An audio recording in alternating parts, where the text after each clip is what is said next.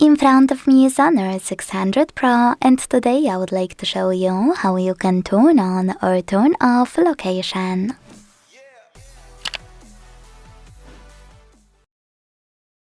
Begin by going into Tab menu.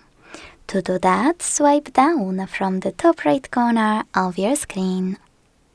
Now look for Location shortcut, and once you find it, click on it. As you can see, my shortcut turned white with a blue icon. That means that location is on, but you can switch it off by clicking on the same one until it's see-through with a white icon. If you wish, you can also go into Settings, scroll to click on this section called Location, and manage it thanks to this switcher at the top right corner. Thanks so much for watching. If you enjoyed this video, leave a like, comment, and subscribe. Bye!